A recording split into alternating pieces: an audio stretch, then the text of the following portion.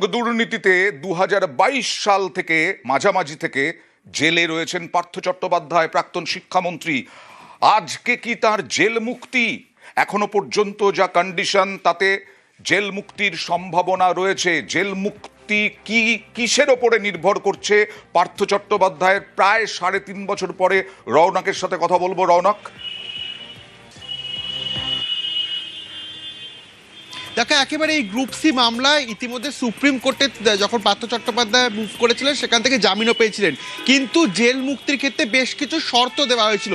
বিশেষ করে এই ট্রায়াল চলাকালীন যে ৮ জন সাক্ষীর সাক্ষ্য গ্রহণ করা হবে, যতক্ষণ না পর্যন্ত ৮ জন সাক্ষীর সাক্ষ্য গ্রহণ চলছে ততক্ষণ পর্যন্ত জেল মুক্তি হতে পারবেন না পার্থ চট্টোপাধ্যায়। এবং আজই সেই ৮ম জনের সাক্ষ্য গ্রহণ প্রক্রিয়া ইতিমধ্যে আলিপুরের যে সিবিআইয়ের বিশেষ আদালত সেখানে চলছে এবং সেই প্রক্রিয়া আজই শেষ হওয়ার সম্ভাবনা রয়েছে।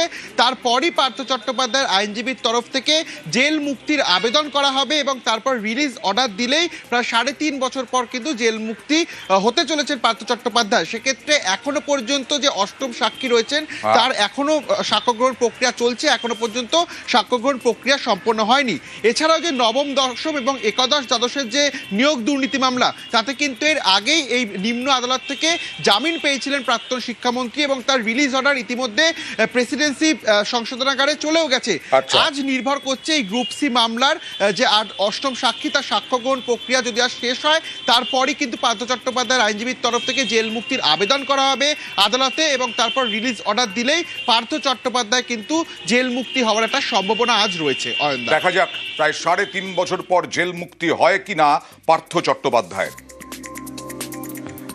এবার একটা সিসি ক্যামেরার ফুটেজ দেখাবো। দেখুন, এটা কি হচ্ছে বলুন তো?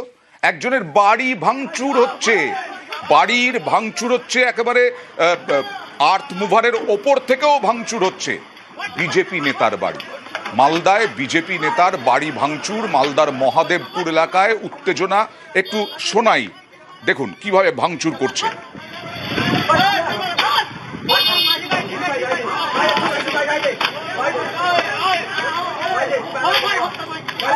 প্রথমে কারণটা কি সেইটা জিজ্ঞেস করব। আমার সঙ্গে রয়েছেন আমাদের প্রতিনিধি সেবক। সেবক,